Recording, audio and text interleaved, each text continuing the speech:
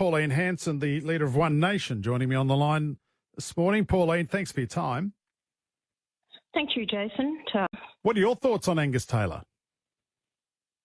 Look, I think they need a change of leadership, and I did tell Susan myself personally that I didn't believe she would last the distance, and she said, I'll prove you wrong, and I said, please do that, Susan. People have been screaming out for conservative values. She was a moderate herself, and they weren't addressing the real concerns and issues that the Australian people wanted. That's why a lot of people coming across the One Nation are tougher on security, immigration, net zero, the cost of electricity, freedom of speech, all these type of things that we've been standing for. And, you may have changed the leadership, but it could be still the dead horse. But we'll see what happens.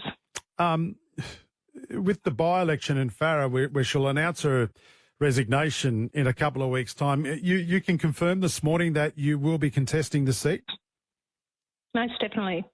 We will be standing a candidate there, someone who's attuned with rural and regional Australia. What we've seen happen in Parliament is that the city elites, they actually think they know what's best for rural and regional areas. And that's why these country areas are dying. That's why we're losing the farming sector.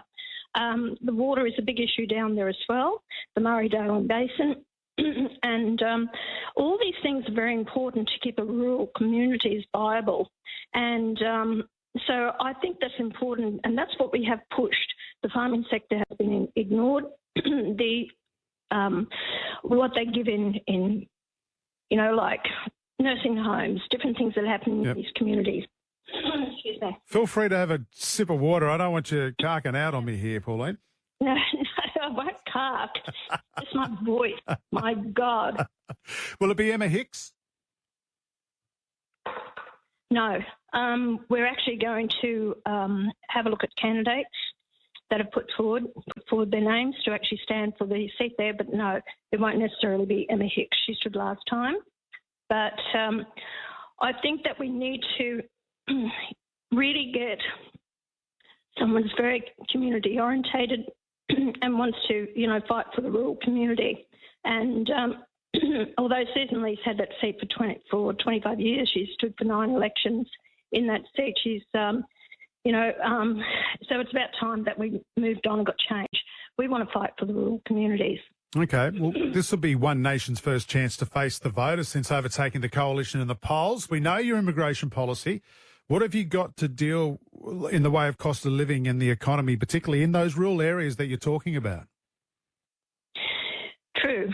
The bottom line with everything, doesn't matter in rural and regional areas or wherever you are, you have to bring down the cost of electricity. The farming sector are feeling the effects of it because they irrigate. Electricity is the underpinning of everything that happens. Even industries, manufacturing, we've lost 1,400 in just 1 year under the current government, and that was in 23-24. So small businesses are eroding. Small townships, rural and regional areas, 30,000 plus small businesses have gone insolvent. So these are things that are going to matter to them. They feel forgotten. And if we've got to keep the rural sector viable, that the farming sector provides the foods for the cities. And they haven't been addressing this. Even their nature positive plans that the government wants to bring in, environmental issues, transmission lines, wind and solar, doesn't produce the power that we need. And that's why the rising costs. If you can underpin and get the electricity costs down, that will make a big difference right across the board for everyone. This will be one of the most anticipated by-elections I can recall in living memory. If, let's say, the Libs do lose or maybe hold on and it's pretty close, is that a kick in the guts to Angus Taylor and his leadership? If the Libs lose, it will. They can't afford to lose the seat. Now, you've got apparently, independent. Susan Lee dropped just over 10% the last election in her vote. So I know that people in the electorate are actually disgruntled with her. They're not really happy with her. But also you had the teal light candidate that through the last election, whether people drifting towards them whether people are going to give One Nation a go now. It's just not about that. You know, what I want to concentrate on also is taxation. We have to deal with taxes in this country. People are taxed to the hilt. And this is something I will be focusing on coming into the next election, is a far better taxation policy that's going to be fair across the board for people. If you get a second or third job, that you're not penalised for it. To incentivise those people to get out and work, I want income splitting for those families, you know, with at least a dependent child at home. So these things, taxation underpins a lot of things too, to get people back in the workforce, incentivise them. Yeah, that independent you're talking about in the last election, Pauline, by the way, is Michelle Millthorpe, and no doubt she'll want to contest the seat again. She scored 20% of the primary vote and 43% on preferences, so she'll be thereabouts again. She will be, but then again, the presence of One Nation and the support that we're getting. So we're going to give it a run for money. We will be doing a strong campaign there.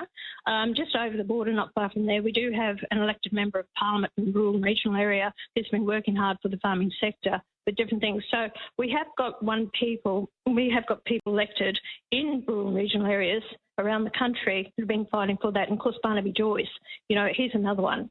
So we do have the policies to support these areas, and we do need to. And that's why the coalition have actually followed a lot of our lead on our policies that we put out. Don't forget, it was under Angus Taylor and under Turnbull Morrison who got the Snowy scheme going up, you know, which is now at 12 billion, expected to blow out to 20 billion. It's still 5 or 6 years till completion. Yeah. Then you had the net zero that they've actually been supporting. They're still in the Paris Agreement. They signed up to that, which underpins their cost of electricity in the country. The high immigration was still under the Liberal Party. Angus Taylor was all part of this as well. Jane Hume, you know, to watch her performance, she's a moderate. She's the one who voted against my bill to have an inquiry into gender dysphoria and hormone treatment and for children. She refused to have it. So she's really moderate. There's going to be problems within that party because you split with the moderates and the vote went to 17 to 8. They're all moderates and they haven't got conservative values. So Angus Taylor is going to have trouble in pulling them all in and making sure that he can get his policies out there. Well, I'm hearing the stories. I'm hearing the stories this morning, Pauline, that he's only going to be he's warming the seat for someone else. I mean, I can't believe those discussions are happening already. Someone else. Like, who is? I mean, there's Hasty, perhaps, or no, Hasty hasn't, not across the portfolios, and he's too immature. So Hasty is not the one for it. And if Hasty takes it on, he's going to burn his chances further down the track. So Hasty may be future, but at the moment, no. And he's not on side with a lot of the defence personnel the way that he had to go at Ben Roberts-Smith. So Hasty's not the person, and there's no one else that I can see other than, you know, Taylor having a go at it. But they won't want to change him again before the election because that'll bury them. Oh, absolutely. Absolutely. All right, Pauline, I'm going to let you go. I'm glad you stopped choking. That was a good thing. I always appreciate your time. and you jumped on at the last minute. My mother had this, okay? My mother had this. I'm not suggesting anything. No, I'm telling you. It's all good. I'm not about to cark it. Well, good. A lot of our listeners will be pleased with that. I'm around for a long time yet to come. So, okay. Pauline, appreciate your time. Thank you. Pauline Hanson from One Nation joining us on the line. Some pretty strong words and a bit of advice there for Andrew Hasty at the end as well. Authorised by Pauline Hanson, 12 Boronia Road, Brisbane.